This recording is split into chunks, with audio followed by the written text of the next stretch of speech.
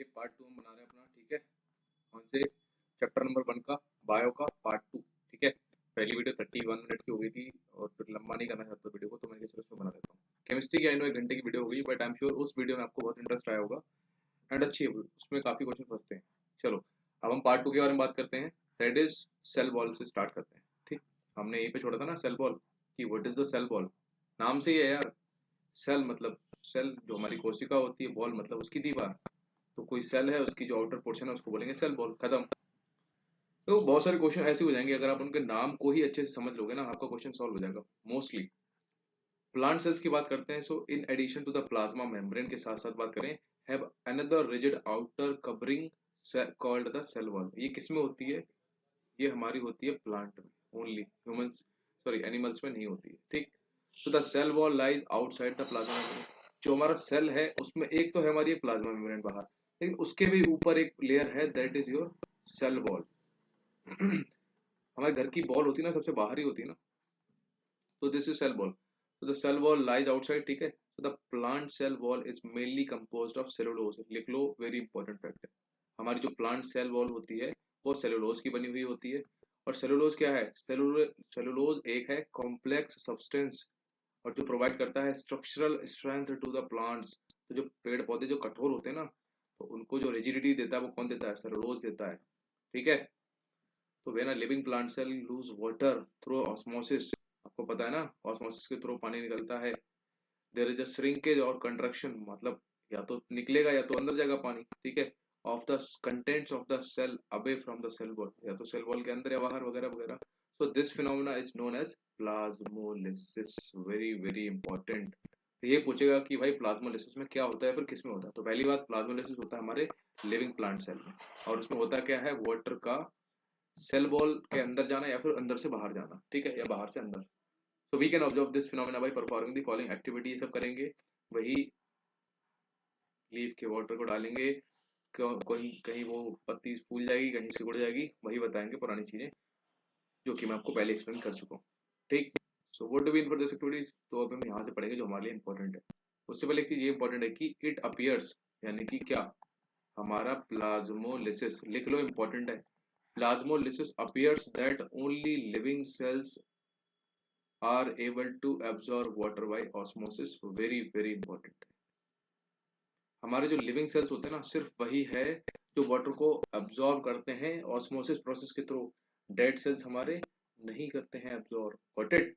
चलो, cell walls permit करती हैं द सेल्स ऑफ प्लांट्स को, फंगाई को, बैक्टीरिया को to withstand very dilute hypotonic. Hypotonic समझते हो ना, जिसमें हमारी सेल को क्या होता है, अंदर कंसंट्रेशन लो होता है, बाहर हाई होता है, पानी अंदर जाता है, हमारी सेल फूल जाती है। तो ये कौन सा सोल्यूशन हो गया? हाइपोटोनिक। बताया था ना, ओ आ गया, पेट फूल गया वगैरह वगैरह। एक्सटर्नल मीडिया विदाउट बर्स्टिंग, मतलब अब एक लिमिट तक ही पानी अंदर जाएगा ना, ऐसा नहीं कि भाई जाता रहा और फट गया, तो वो नहीं। तो विदाउट बर्स्टिंग जितना भी होता है वो हमारा परमिट करता है सेल वॉल्स, ठीक। सेल वॉल्स हमारा ये परमिट करता है कि कितना पानी अंदर जाएगा। In such media the cells tend to take up water by osmosis, के थ्रू पानी लेता है। द सेल स्वेल्स, ठीक, बिल्डिंग अप प्रेशर बनाता है अगेंस्ट द सेल वॉल। और यही जो वो प्रेशर होता है वो एग्जर्ट करता है अपना प्रेशर कहाँ? Equal pressure against the swell and wall के इक्वल करता है। Because of their walls, such cells can withstand much greater changes in the surroundings medium than animal cells। कुछ नहीं है, एनिमल सेल से ज्यादा चेंजेस होता है हमारे प्लांट सेल्स में, यही बता रहा है। चलो, न्यूक्लियस की बात करते हैं। वही सेल है तो बीचों बीच में होगा न्यूक्लियस। तो remember the temporary bound of onion पील, ठीक, बी प्रिपेयर्ड, जैसे वो उसमें था ना ऐसे के, तो बीच में जो थे ऐसे, ठीक। तो ये क्या थे? हमारे न्यूक्लियस थे ना। So we had put iodine solution on the peel. Why? What would we see if we tried observing the peel without putting the iodine solution? Tried वगैरह वगैरह। So let's see. According to their chemical composition, different regions of cells get color differently. Some regions appear darker, कुछ अंधेरे दिखेंगे than other regions. So apart from iodine solution, we could also use safranian solution or methylene blue solution to stain the cells. बस ये पूछ सकता है कि iodine solution तो यूज करते ही हैं, इसके अलावा अगर हम क्या यूज करें कि हम सेल को स्टेन कर सकें, तो वो है हमारा मिथाइलिन ब्लू सोल्यूशन, खत्म। हम वही पढ़ेंगे यार। देखो जो पी/क्यू आ रखा है, रेयर चांसेस होता है कि उसको मतलब कम होते हैं, रिपीट होते हैं, डेफिनेटली होते हैं बट कम होते हैं। नए नए क्वेश्चन बहुत बनते हैं और एनसीईआरटी की लाइन से ही बनते हैं, और ये लाइन ऐसी है कि अभी तक हमने क्वेश्चन नहीं देखा है। तो मिथाइल ब्लू सोल्यूशन सेल्स को स्टिन करती है, ठीक।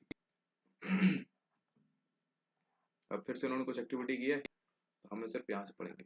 द न्यूक्लियस के बारे में पढ़ रहे थे हम, तो न्यूक्लियस है जा, ये लिख लो कि न्यूक्लियस हेडिंग डाल के लिखो, उसकी double layered covering called nuclear membrane. अब न्यूक्लियर है तो उसकी भी एक झिल्ली होगी, उसको बोलेंगे न्यूक्लियर मेम्ब्रेन। और कैसी होती है लेयर, कैसी होती है, डबल होती है।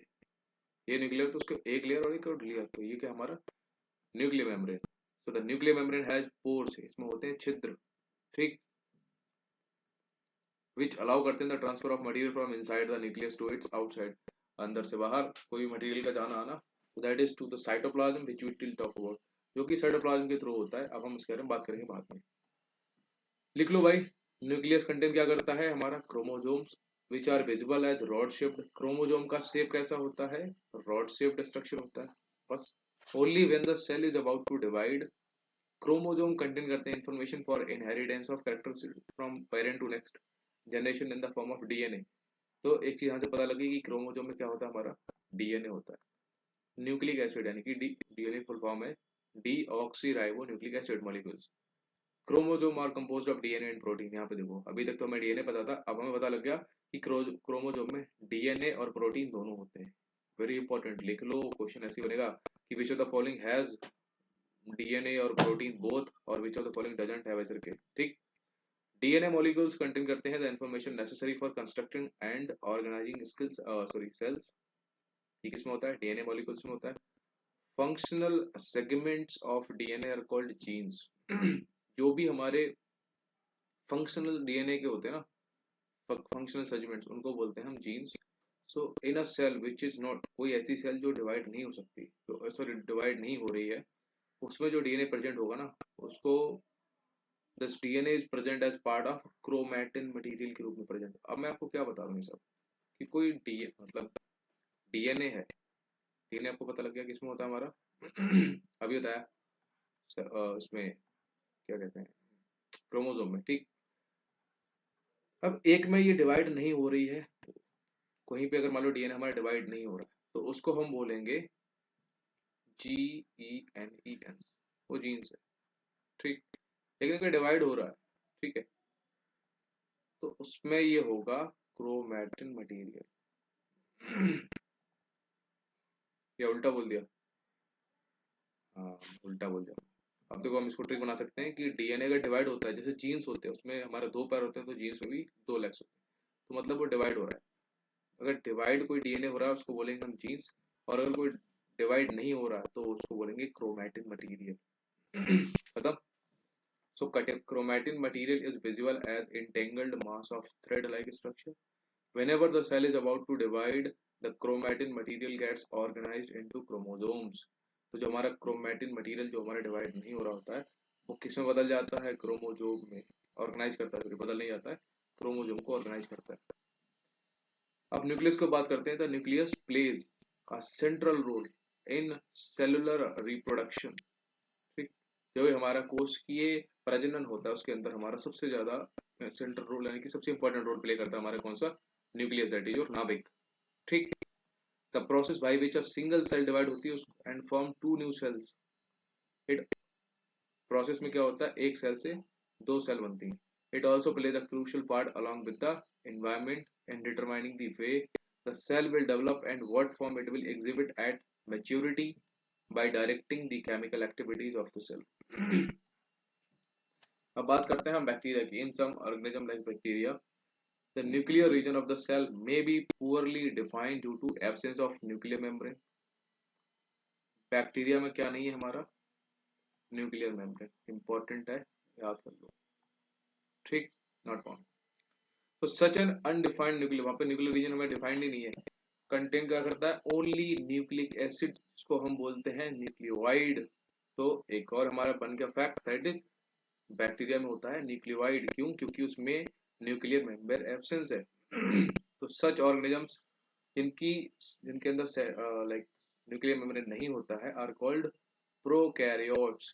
तो दो चीजें होती है, मैं आपको ऐसे बता दूं,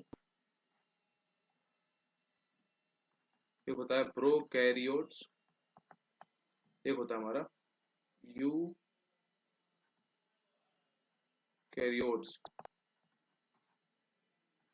प्रोकैरियोट्स वो होते हैं जिनमें न्यूक्लियस नहीं होता है, इनमें न्यूक्लियस होता है। बेसिक तो इनका यही है, बाकी डिटेल पढ़ते हैं। तो प्रोकैरियोट्स मतलब प्राइमेटिव या फिर प्राइमरी, कैरियोट मतलब न्यूक्लियस। तो जिनमें न्यूक्लियस है वो prokaryotes. Organized with cells having a nuclear membrane called eukaryotes. जिनमें न्यूक्लियर मेम्ब्रेन होता है उनको बोलते हैं यूकैरियोट, मतलब यू हैव न्यूक्लियर मेम्ब्रेन ऐसे बोल सकते हो। और जिनमें नहीं होता वो प्रोकैरियोट। खत्म। अब यहाँ पे कुछ दे रखा है कि प्रोकैरियोटिक सेल्स जो होती है हमारी, और वो किस में लैग करती है, most of the other cytoplasm plasmic organelles sorry, जो यूकैरियोटिक सेल्स में होंगी। ऑब्वियसली यार, अब देखो इसमें है हमारा न्यूक्लियस फाउंड हो रहा है, तो इसमें जो चीजें होंगी वो इसमें नहीं होंगी। ठीक। फिर वो क्या हो सकती है, फिर वो कुछ भी हो सकती है। फिर वो ये हो सकती है हमारी कौन सी, cytoplasmic organelles. Okay. So many of the functions of such organelles are also performed by poorly organized parts of the cytoplasm। अब ये साइटोप्लाज्म बार बार हम पढ़ रहे हैं, ये क्या होता है आपको बता चुका हूँ, जैसे कि जो डिटेल नहीं बताया नॉर्मल बता चुका हूँ इंट्रोडक्शन, कि ये न्यूक्लियस है, बाहर अगर प्लाज्मा मेम्ब्रेन है, उसके बाहर अगर सेल वॉल है, तो बीच में जो होगा वो हमारा होता है साइटोप्लाज्म, जो ट्रांसपोर्टेशन का काम करेगा, जो होता है चीजों को ट्रांसफर करेगा। So the chlorophyll is in photosynthetic, आपको पता है ना, जो हमारे प्लांट्स होते हैं ना वो फोटोसिंथेसिस के थ्रू ही क्या करते हैं, फूड बनाते हैं। Prokaryotic bacteria is associated with membranous vesicles, यानी कि bag like structure, but not with plastid as in eukaryotic cells. ये क्या है भाई, the chlorophyll in photosynthetic prokaryotic bacteria में, बैक्टीरिया है फोटोसिंथेटिक प्रोकैरियोटिक, प्रो वाला इसमें क्या है हमारा, न्यूक्लियस नहीं है। ठीक। is associated with membranous bacillus, ठीक, but not with plastid as in eukaryotic cells। Eukaryotic cells हमारे जिनमें होता है हमारा न्यूक्लियस, प्लास्टिड जो क्या करता है हमारे रिजिडिटी प्रोवाइड कराता है, रिजिडिटी किसको, हमारे पेड़ पौधों को। तो ये फाउंड होता है किसमें, प्लास्टिड मिलता है आपको यूकैरियोटिक सेल्स में, जबकि इनमें नहीं होता। जिसके बारे में बहुत चिल्ला रहे थे, अभी इसके बारे में पढ़ते हैं, साइटोप्लाज्म। ठीक। यहाँ पर उन्होंने एक बेसिक स्ट्रक्चर देखा कि प्रोकैरियोटिक सेल्स कैसी होती हैं। उनमें एक न्यूक्लियाइड होगा, प्लाज्मा मेम्ब्रेन होगी, राइबोसोम होते हैं और सेल वॉल होती है। Got it. देखो ये अंदर वाली लेयर है उसको बोलते हैं उन्होंने प्लाज्मा मेम्ब्रेन, और ऊपर वाली लेयर है उसको बोलते हैं सेल वॉल। ठीक है। और राइबोसोम बीच में है, इधर न्यूक्लियस। देख रहे हो। तो cytoplasm, when we look at the temporary amounts of the onion peel, important है अनियन पील याद रखना, as well as human cheek cells, हमारे जो गाल होते हैं, we can see a large region of each cell enclosed by the cell membrane के द्वारा क्यों होते हैं। So this region takes up very little strain and it is called the cytoplasm। ठीक। तो cytoplasm is the fluid content होता है जो हमारे प्लाज्मा मेम्ब्रेन में होता है, वेरी इंपॉर्टेंट। इधर देख रहे हो, ये हमारा है प्लाज्मा मेम्ब्रेन। ठीक। और इसी में ही हमारा साइटोप्लाज्म।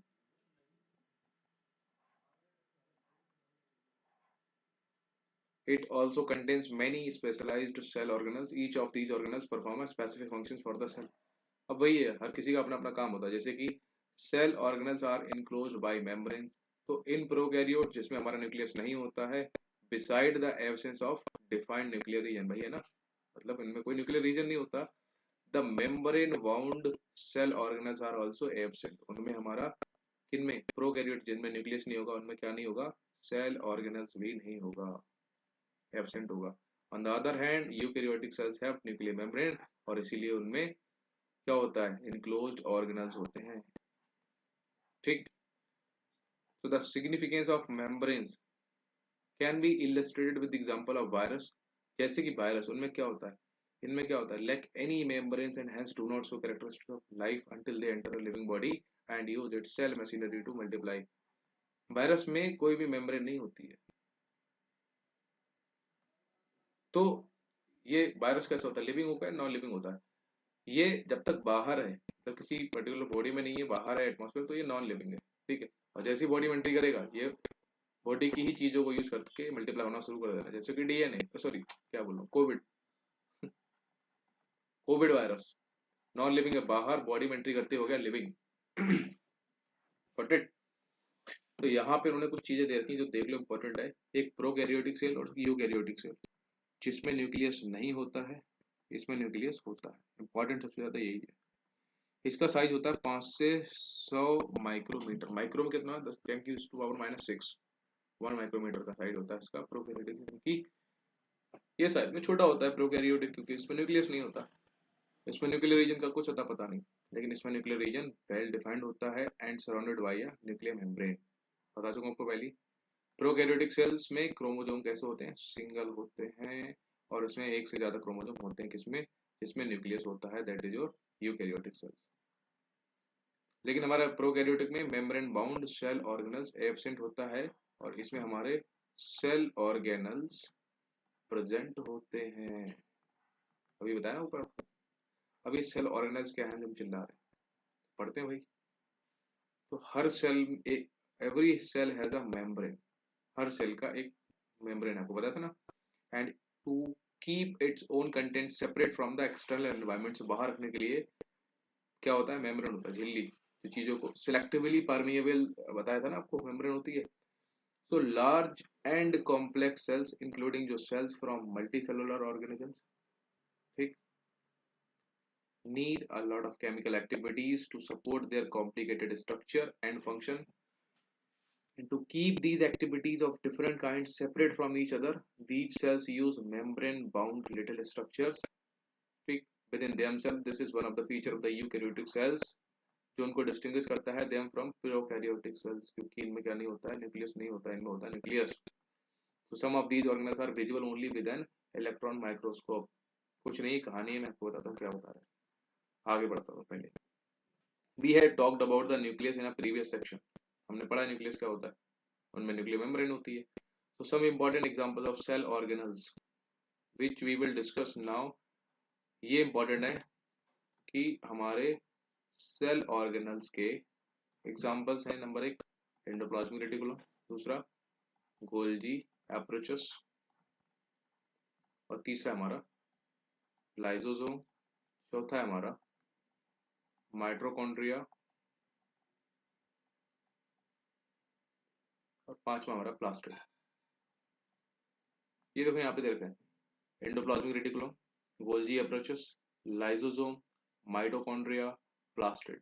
ये किसके पार्ट है, सेल में, अंदर सेल ऑर्गेनल्स के, ठीक। And they are important because they carry out some very crucial functions in cells. अब इन सबके हम फंक्शंस करेंगे एक एक करके। अब आप लिख लो, हेडिंग डालो, जो करना है करो। अब हम एक एक करके सबके फंक्शन करते हैं, और उसके बाद हमारा ये चैप्टर भी खत्म हो जाएगा, ठीक। सबसे पहले बात करते हैं एंडोप्लाज्मिक रेटिकुलम की बात। एंडोप्लाज्मिक रेटिकुलम क्या है, एक large network of membrane bound tube है, शीट्स में, ठीक है। इट लुक्स लाइक, इनके देखो स्ट्रक्चर देख लेना, लॉन्ग ट्यूबल्स और राउंड ऑब्लॉन्ग बैग्स वेसिलस, ठीक।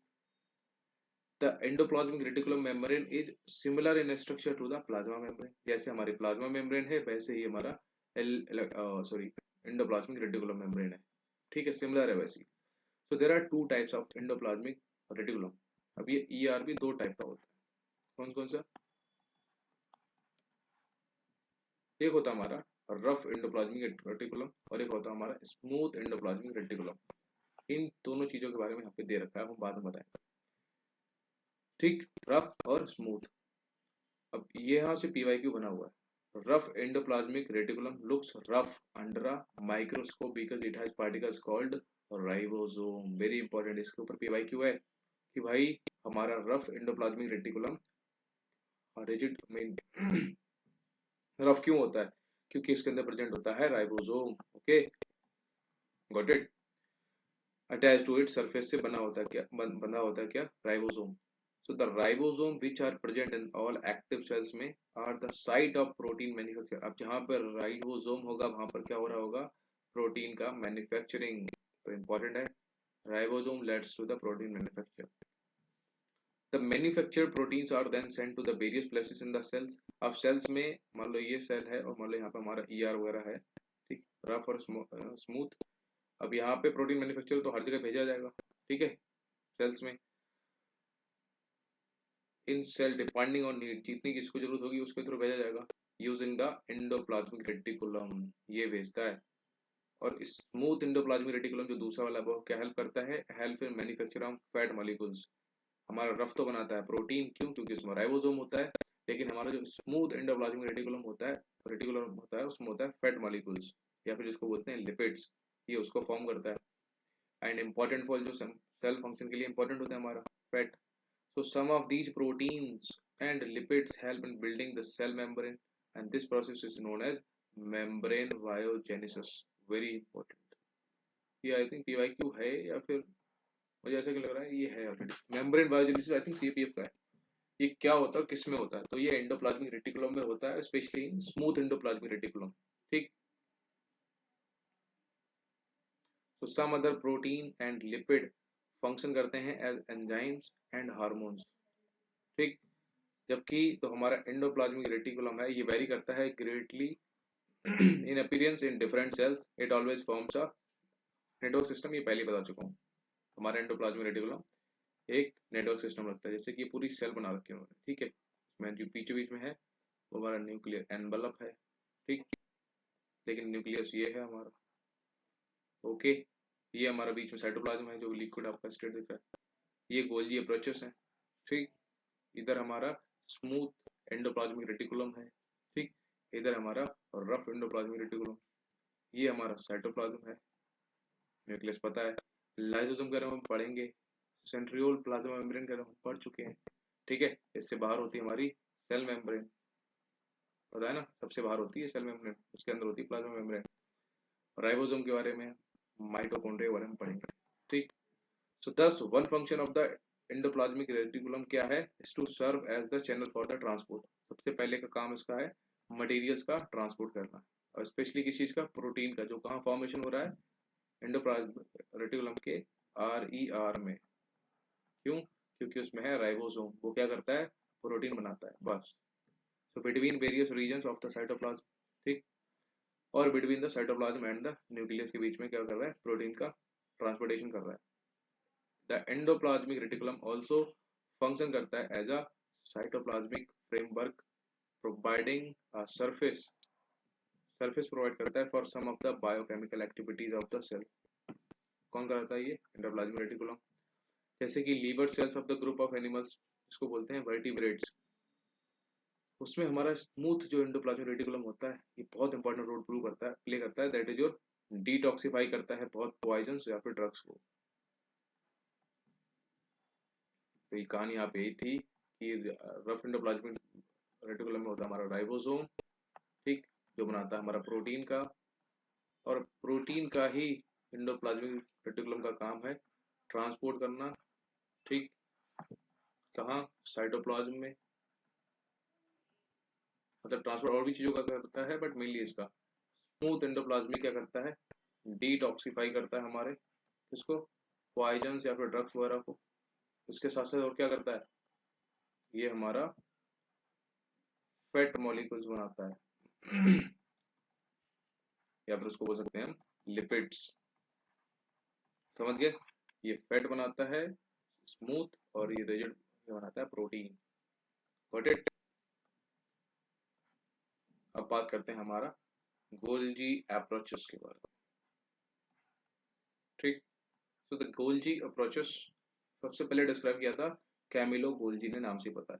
Consist of a system of a membrane bound vesicles, ठीक, arranged approximately parallel to each other, ऐसे ऐसे होते हैं, इन स्टेक्स कॉल्ड, जिनको बोलते हैं सिस्टन, तो इस शेप को बोलते हैं सिस्टन्स, याद रखना, ठीक। These membranes often have connections with the membranes of endoplasmic reticulum, से कनेक्शन रखते हैं क्या, हमारे Golgi approaches, and therefore constitute करते हैं another portion of a complex cellular membrane system.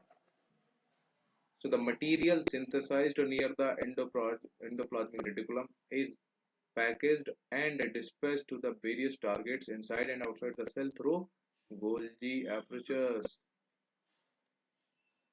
ER का क्या काम था, साइटोप्लाज्म में प्रोटीन डालना, लेकिन वो किसके थ्रू होता है, वो होता है हमारा गोल्जी अप्रोचेस के थ्रू। तो इसका मेन फंक्शन क्या है? गोल्जी अप्रोचेस का सबसे पहला तो वो स्टोरेज करेगा, दूसरा उसको मॉडिफाई करेगा, तीसरा पैकेजिंग करेगा प्रोडक्ट्स का इन बैसिलस, और some cases complex sugars may be made from simple sugars in the Golgi approaches. हमारी गोल्जी प्रोसेस में वेरी इंपॉर्टेंट है ये, शुगर फॉर्मेशन भी होता है जनरली। हम फैट लिपिड्स या फिर हमारा जो भी होता है फैट मॉलिक्यूल्स लिपिड्स कहाँ होते हैं? स्मूथ एंडोप्लाज्मिक रेटिकुलम में। लेकिन हमारा जो कॉम्प्लेक्स शुगर होता है उसको सिंपल शुगर में कौन तोड़ता है? Golgi approaches. The Golgi approaches is also involve in the formation of lysosome. ठीक है, तो पता नहीं यूपीएससी क्या प्यार है, लाइसोसोम पूछता ही है, जिसको हम बोलते हैं सोसाइटल बैग ऑफ सेल। ठीक है, अब क्यों होता है आगे बढ़े इसके बारे में, लेकिन लाइसोसोम हमेशा पूछता है, और कहाँ मिलता है? गोल्जी अप्रोचेस में, बस ये याद रखना, गोल्जी अप्रोचेस में मिलता है हमारा लाइसोसोम। अब बात करते हैं यहाँ पे थोड़ा सा कैमिलो गोल्जी के बारे में। पढ़ोगे आप लोग? पढ़ो तो पढ़ लो ना, कुछ है नहीं। तो भाई Camillo Golgi was born at Corteno near Brescia 1843 university of Pavia में पढ़े थे। After graduating in 1865 he continued to work in प्लेबिया at the hospital at San Matteo. So at that time most of his investigations were concerned with the nervous system.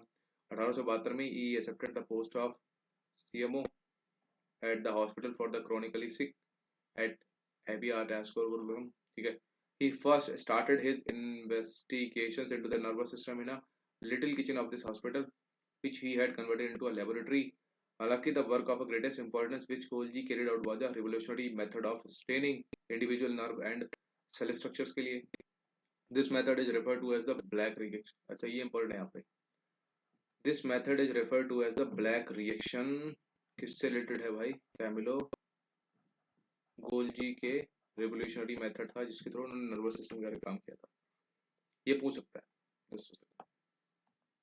NCERT ऐसी चीज है ना, जितनी बार पढ़ो उसमें उतनी बार हमको कुछ ना कुछ नया मिलेगा। So this method uses a weak solution of silver nitrate and is particularly valuable in tracing the process and most delicate ramification of cells. All through his life, he continued to work on these lines, modifying and improving this technique. Golgi received the highest honors and awards in recognition of his work. He shared the Nobel Prize in 1906 with Santiago Ramon Cazzel for their work on the structure of the nervous system. चलो अब बात करते हैं हम lysosome के बारे में, जो मैं बता रहा था आपको। स्ट्रक्चरली लाइसोसोम और मेम्ब्रेन बाउंड सैक्स हैं filled with digestive enzymes होते हैं इसमें, and these enzymes are made by RER। ये क्वेश्चन है PYQ। ठीक है, लाइसोसोम में जो हमारे डाइजेस्टिव एंजाइम्स होते हैं ये कहाँ फॉर्म होते हैं? ये रफ एंडोप्लाज्मिक रेटिकुलम में फॉर्म होते हैं।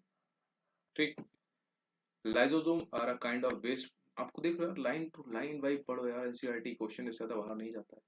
Lysosome are a kind of waste disposal system of the cell. These held to keep the cell clean by digesting any foreign material as well as worn out self organelles। मतलब इस ये क्या करता है mainly, जो भी मतलब विदेशी आइटम होता है उसको मारने का काम करता है। जैसे कि बैक्टीरिया हो सकता है, फूड हो सकता है, as well as old organelles end up in the lysosome which break करता है कॉम्प्लेक्स सब्सटेंसेस में इनटू सिंपलर सब्सटेंस। ठीक है, और lysosome are able to do this because they contain powerful digestive enzyme होते हैं। ठीक, कहाँ से मिलते हैं ये?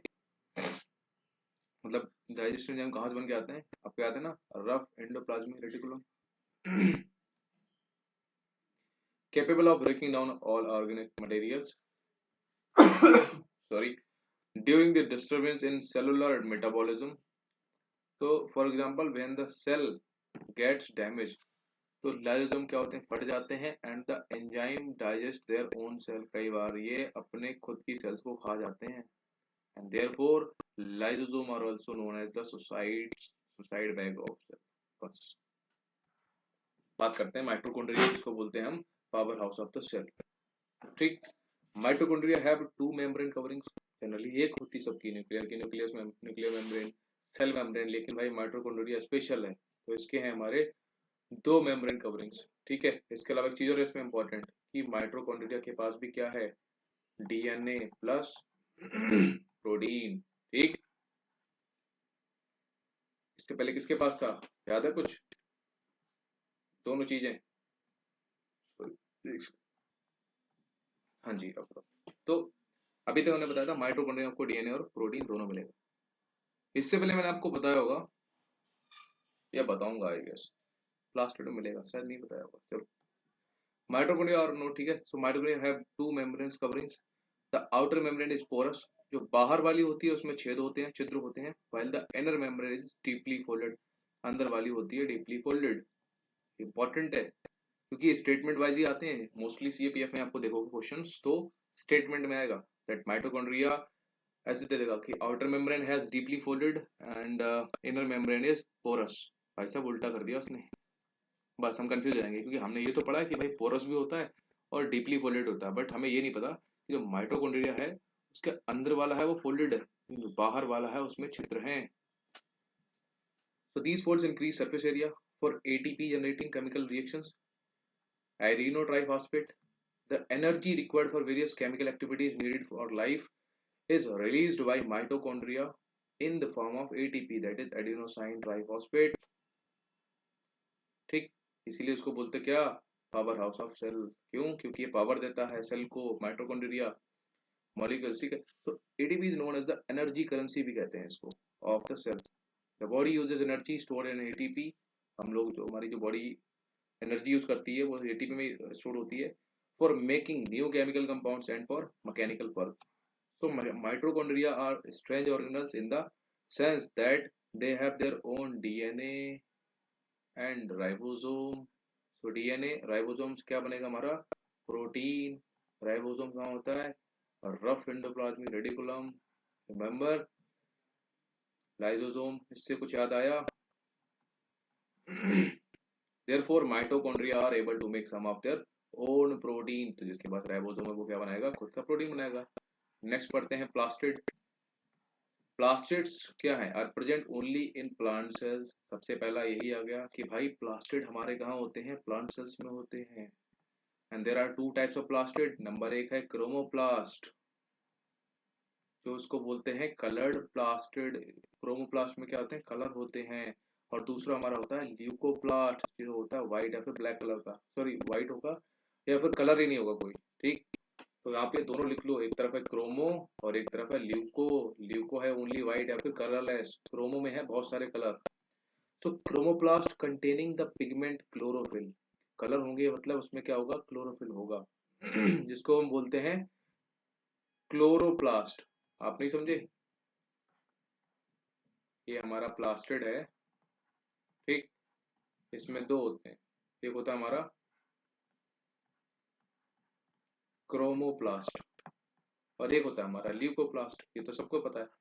ल्यूकोप्लास्ट है, लोकल है, यानी कि व्हाइट होगा, या तो व्हाइट होगा या फिर नो कलर होगा, कलरलेस होगा यानी। अब क्रोमोप्लास्ट कैसा होता है, कलर्ड होता है। अब इसमें कलर क्यों होते हैं, क्योंकि इसमें होता है हमारा क्या, क्रोमेटिन नहीं, क्लोरोफिल, क्या बोलता हूँ, इसमें होता है हमारा क्लोरोफिल। ओके, इस वजह से होता है हमारा कलर्ड। क्लोरोफिल अगर सॉरी, तो जो क्रोमोप्लास्ट में क्लोरोफिल कंटेन होगा उसको हम क्या बोलेंगे, क्लोरोप्लास्ट। नाम से ही बन गया ना कि प्लास्ट हमने यहां से ले लिया, क्लोरो यहाँ से ले लिया। और क्लोरोप्लास्ट क्या है, यह है कलर्ड सब्सटेंस। और कौन सा कलर होगा, या तो पिंक होगा या होगा येलो, को शायद दे रखा होगा। Chloroplast are important for photosynthesis in plants, very very important. बहुत कंफ्यूजन रहता है इन चीजों में, नाम से ही बहुत कंफ्यूजन है, क्रोमोप्लास्ट, ल्यूकोप्लास्ट, क्लोरोप्लास्ट। बट हमारा पेड़ों को जो हमारा फूड बनाते हैं that is the process through photosynthesis.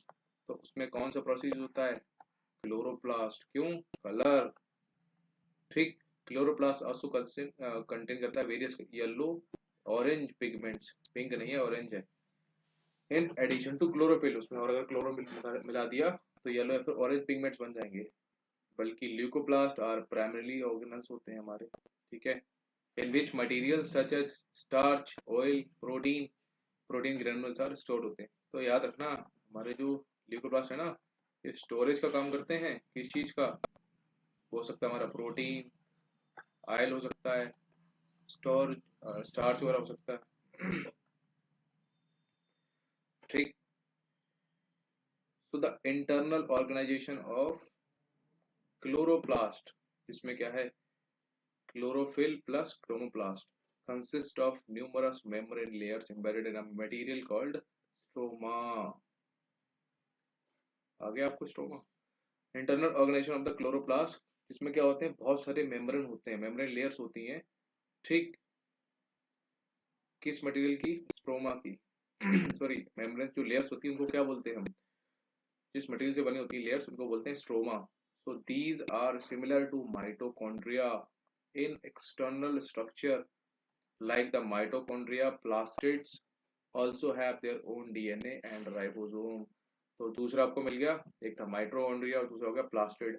लिख लो इंपॉर्टेंट, ज्यादा ज्यादा ये पूछेगा कि स्ट्रोमा बिलोंग्स टू विच, या तो ऑप्शन प्लास्टिड दे देगा, या फिर प्लास्टिड में अंदर घुसेगा तो दे देगा क्रोमोप्लास्ट, ल्यूकोप्लास्ट, या क्रोमोप्लास्ट या क्लोरोप्लास्ट। तो ऑप्शन हो जाएगा आपका आंसर क्लोरोप्लास्ट। बस ये जो आपको जल्दी जल्दी पढ़ा रहा हूँ इसके पीछे रीजन ये है कि यार बहुत लंबा सिलेबस ज्यादा है नहीं, मतलब ठीक है, बट जो भी है, you are a graduate person now, so थोड़ा सा स्पीड लानी पड़ेगी सो दैट कि आपका माइंड उतनी ही स्पीडली काम करेगा। ठीक है। वंस यू, अगर आप इतना स्पीडली समझना शुरू हो गए तो आप सीखना भी शुरू हो जाओगे और आप जल्दी जल्दी अपने आप ही पढ़ लोगे। ठीक। नोट्स रिवीजन ईजी हो जाएगा आपके लिए।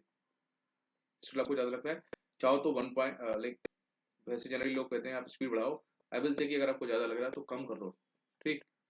अगर अदरवाइज आई थिंक नॉर्मल है इतना। तो यहाँ पे टफ होता है, मैं आपको आराम से समझा देता हूँ, यहाँ पे लाइक इजी होता है, मैं फटाफट खत्म कर देता हूँ। खैर, वैक्यूल्स की बात करते हैं। तो वैक्यूल्स क्या है, vacuoles are storage sacs for solid या फिर लिक्विड कंटेंट्स के स्टोरेज के लिए होते हैं वैक्यूल्स। वैक्यूल्स साइज पे कैसे होते हैं, छोटे होते हैं। किसमें, एनिमल में। प्लांट सेल में कैसे होते हैं, वेरी लार्ज वैक्यूल्स होते हैं। बस यहाँ पे यही चीज याद रखनी थी, जो वैक्यूल्स होते हैं हमारे दो टाइप होते हैं, स्मॉल और लार्ज। हमारे अंदर कैसे होते हैं, मतलब एनिमल्स में ये होते हैं स्मॉल। ठीक। एनिमल्स, जबकि पेड़ों में कैसे होते हैं, ये लार्ज होते हैं। क्यों, क्योंकि उनको फूड बहुत ज्यादा स्टोरेज करना होता है। So the central vacuole of some plant cells में occupy 50 to 90% of the cell volume. Plant में 50 से 90% स्पेस वॉल्यूम उसका कर लेता है, घेर लेता है। सोच रहे हो, 50 से 90%, तो आधे से ज्यादा तो है ही।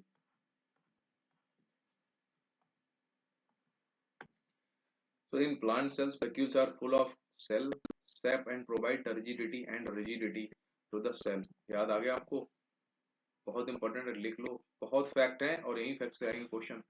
वैक्यूल्स ही हमारे प्लांट्स को क्या देते हैं, रिजिडिटी या फिर turgidity. So many substances of importance in the life of the plant cell are stored in vacuoles में भी बहुत सारे होते हैं सब्सटेंस, क्या स्टोरेज। अब वो सब्सटेंस कौन कौन से, वो इंपॉर्टेंट है। सो इसमें इंक्लूड होता है हमारा अमीनो एसिड, शुगर्स वगैरह, वेरियस ऑर्गेनिक एसिड्स एंड कुछ प्रोटीन।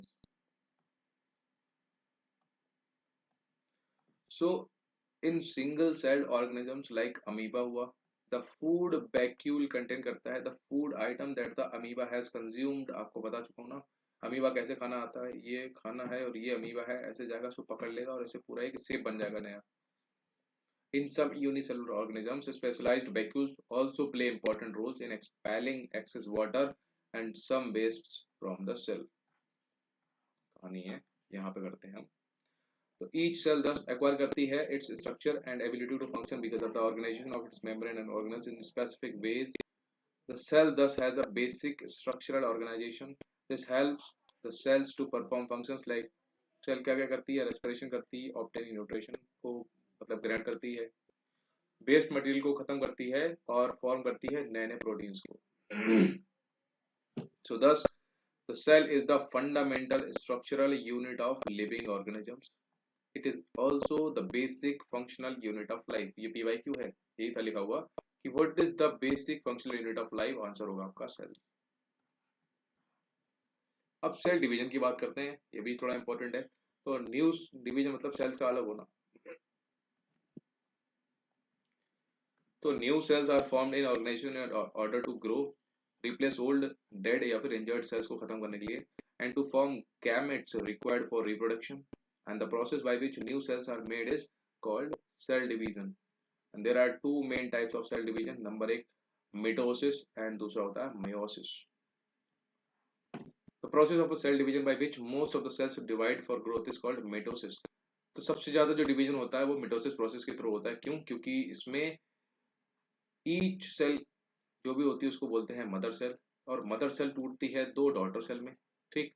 और जो डॉटर सेल और जो मदर सेल है इनके बीच में जो नंबर ऑफ क्रोमोसोम होगा वो सेम रहता है, इसलिए ये ज्यादा होता है इंपॉर्टेंट. और कुछ भी इंपॉर्टेंट है. मियोसिस में आधा हो जाता है, यही दे रखा होगा कि मिटोसिस में ये मदर सेल है, आपको मैं ऐसे ही समझा दे रहा हूँ, और ये एक डॉटर सेल है, ये दूसरी डॉटर सेल है. ठीक है, इससे दो बने.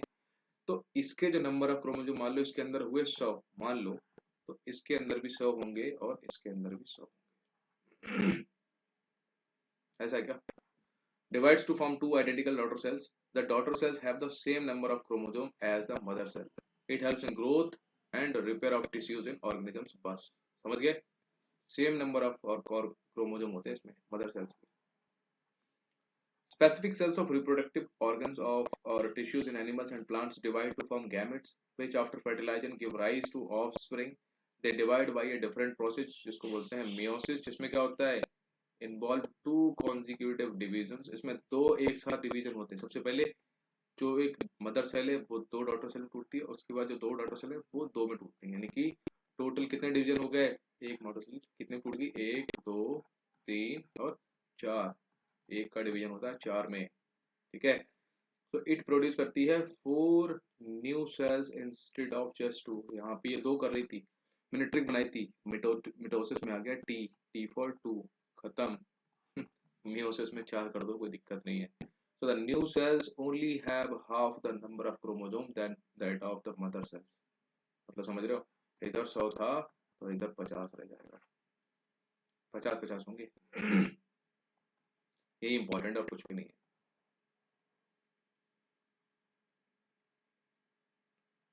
अब पूछा कि क्या क्या आपने पढ़ा है, तो सब कुछ वही है. Fundamental organisation unit of life cell है. Cells are enclose by a plasma membrane composed of lipid और प्रोटीन की जो बनी होती है. Cell membrane is an active part of the cell. It regulate करता है movement of material between the ordered interior of cell and the outer movement. ठीक.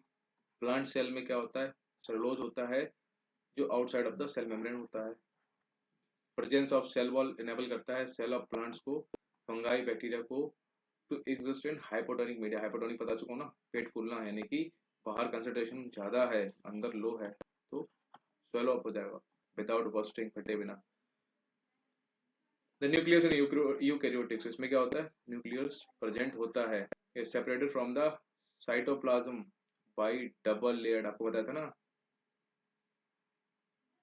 से mitochondria, and it directs the life process of the cell.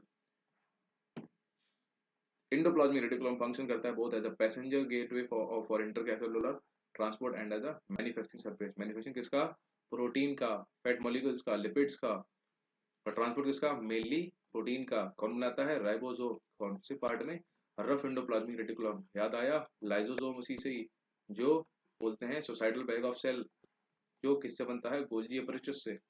सारे connect करो एक दूसरे से. Golgi apparatus consists of stacks of membrane-bound bacillus that function in the storage, modification, packaging of substance manufactured in the cell. Most plant cells have large membranous organelles, जिनको बोलते हैं plastid, जो rigidity और turgidity देते हैं plants को, which are of two types, chromoplast and leucoplast. Leucoplast में क्या होता है? White color होगा या फिर no color होगा. ठीक. Chromoplast में क्या होगा? Colored होंगे. लेकिन जो इसमें क्लोरोफिल होगा उसको हम क्या बोलेंगे? एक नया बन जाएगा, क्लोरोप्लास्ट. नया हो जाएगा क्लोरोप्लास्ट, जो जिससे हमारा फोटोसिंथेसिस होता है. क्लोरोप्लास्ट में और क्लोरोफिल मिलाएंगे तो कौन कौन सा कलर था यार? एक तो येलो था, दूसरा कौन सा? वायलेट था क्या? आई एम नॉट श्योर, देख लेना. तो ये कलर बनाएगा. एंड क्रोमोप्लास्ट, अच्छा ये आ गया ना. Chromoplast that contain chlorophyll are called chloroplast and they perform photosynthesis. ठीक. The primary function of leucoplast is storage. इनका काम होता है. Most mature plant cells have a large central vacuole होता है, space यानी कि, and that helps to maintain the turgidity of the cell and store करता है important substance including waste material जो भी हमारा होता है. Vacuoles. Prokaryotic cells मतलब न्यूक्लियस नहीं होगा इसमें। Have no membrane bound organelles, their chromosomes are composed of only nucleic acid, मतलब nucleoid, and they have only very small ribosome जिसको बोलते हैं as organelles, ribosome as organelles, ठीक है। Cells in organisms divide for growth of body, for replacing dead cells and for forming gametes for reproduction, ठीक है। तो आपका chapter finish होता है now, you are done with your chapter number 1। Sorry थोड़ा लंबा खिंच गया, बट होप आपको पसंद आएगा क्योंकि बहुत सारे कॉन्सेप्ट हैं, क्वेश्चन इससे हर साल बनता है। इसको आप अगर थॉरोली एक बार अच्छे से अपने नोट्स बना लिए, नोट्स को रिवाइज करो, ठीक। वीडियो को एक बार देखो, 2 बार अगर आपको पसंद मतलब समझ नहीं आता 2 बार देख लो, कोई इश्यूज नहीं। एंड और कोई भी प्रॉब्लम हो just to WhatsApp me on this number, या तो आप चाहो तो पूरी बुक के इस चैप्टर को रीड कर लो। अगर आपको पीडीएफ चाहिए आप मेरे को बोल दो, अदरवाइज आप डाउनलोड कर लो एनसीईआरटी टेक्स्ट बुक करके सेव कर लो, मतलब सर्च कर लो गूगल पे, आपको मिल जाएगा, ठीक है। 9th क्लास का जोग्राफी बोल रहा हूँ, 9th क्लास का साइंस का चैप्टर नंबर 5 ऊपर लिखा रहता है ना, वही होगा जो हमारा बायो का चैप्टर नंबर 1 होगा। चलो, तो पढ़ो अच्छे से, ध्यान रखो अपना, बाय बाय, सब खैर, गुड नाइट।